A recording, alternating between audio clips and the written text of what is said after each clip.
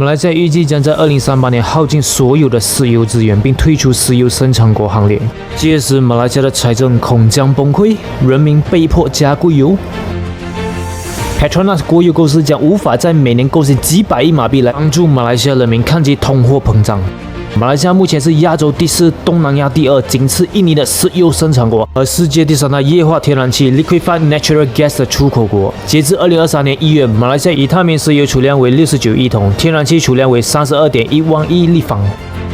自1974年以来，马来西亚已累计生产了90亿桶的石油和50万亿立方的天然气，其液化天然气输送量约为1.2 TCF， 占全球液化天然气出口的7%。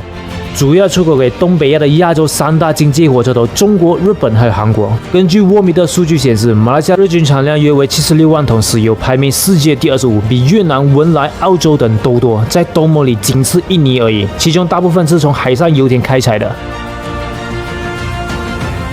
目前马来西亚的可能和已探明石油储量，也就是 2P Reserve、Proven and Probable Reserve， 总计约为69亿桶石油当量 （BOE）， 中42亿桶分布在沙拉越，占比 60.87%， 其次是马来半岛14亿桶，占比 20.29%， 和13亿桶分布在沙巴，占比 18.84%。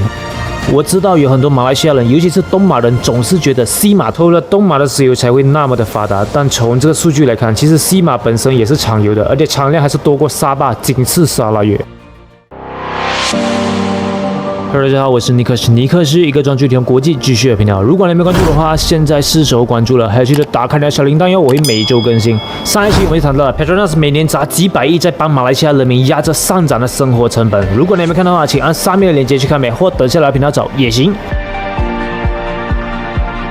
纵观马来西亚有那么多的石油资源，但也躲不了被消耗殆尽的局面。就在2023年2月，马来西亚首相署部长 Dato Seri Azalina Othman 在国会指出，根据储量寿命指数计算，马来西亚石油储量预计只能顶多15年，也就到了2038年，马来西亚或许就会被迫退出石油生产国行列。如果期间没有新的油田被发现，到时候也不会再有油比水便宜的情况，万物皆会因为进口石油而成本上涨。新加坡的油价或许就会是马来西亚的油价了。当然，马来西亚虽然是石油生产国现在，但它还是有从其他国家进口石油的，它目前依旧是净石油出口国，也就是出口石油比进口的来得多。当它的石油耗尽变成全石油进口国的那一天，马来西亚人民目前所享受的各种福利或许就会消失殆尽。如果马来西亚到时候还没找到下一个的支柱产业的话，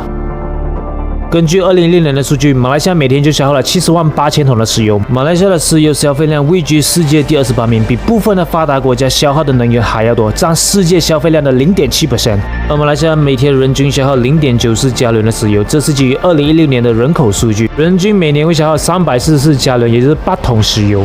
目前马来西亚约有4000多家与石油相关的企业，包括国内和国际石油公司、独立企业、服务和制造公司，这促进了机械和设备制造商广泛网络的形成，为船舶、钻井、工程、制造、海上安装等关键领域提供支持。总的来说，他们为汽油价值链上游、中游和下游活动约59000人提供了就业机会。但到了2038年，如果石油被耗尽的话，这些行业或受到严重的冲击，或将不复存在。所以，身为马来西亚人的你，是否做好了面对国家石油耗尽的准备了呢？欢迎在下方留言您的看法，让我们一起交流吧。如果你喜欢这一期视频的话，你点赞、关注、分享，还要记得打开你的小铃铛，我会每周更新。如果你想知道为何东马和西马的发展差距那么大，有些地方甚至连手机信号都没有，可以点击上面链接去看，或等下来频道找也行。好，我是尼克，尼克是一个专注于提供国际知识的频道，拜拜，我们下期见，记得关注或订阅哦。